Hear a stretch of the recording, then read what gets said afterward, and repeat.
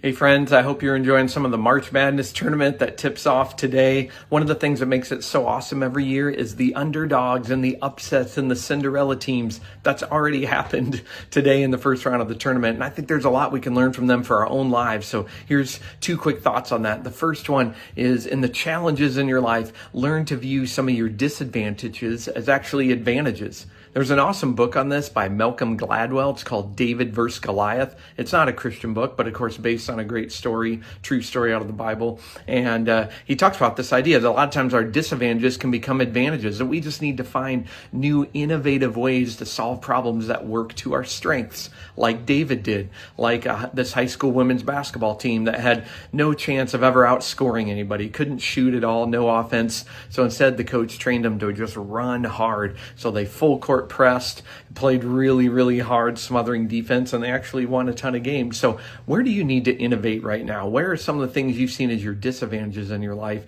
could actually be an advantage for you and help move you forward?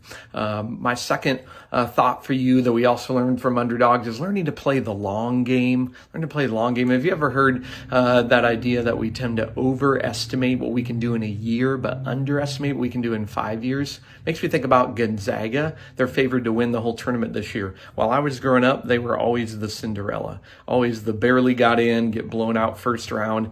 But over the long game, they built this program that now they're the favorite team. And so where in your life are you, and I fall into this temptation so much, to give in to immediate results, only do things that pay off immediately? What could you invest in right now that helps you win in the long term?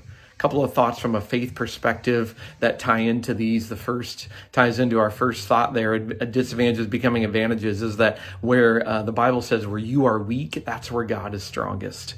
And so I've got a lot of weaknesses and I know mine, but that gives me the chance to rely on God and he comes through. And second is this idea of you can accomplish more than you imagine in the long term. And that's who God is. We read in the New Testament, he says, I can do more than you ask or imagine. And so you can actually pray for and expect God to do that. So that's my thoughts for you. Enjoy some basketball, tackle your problems, even the ones that seem hard, because you can do it. We're all underdogs and we can still win.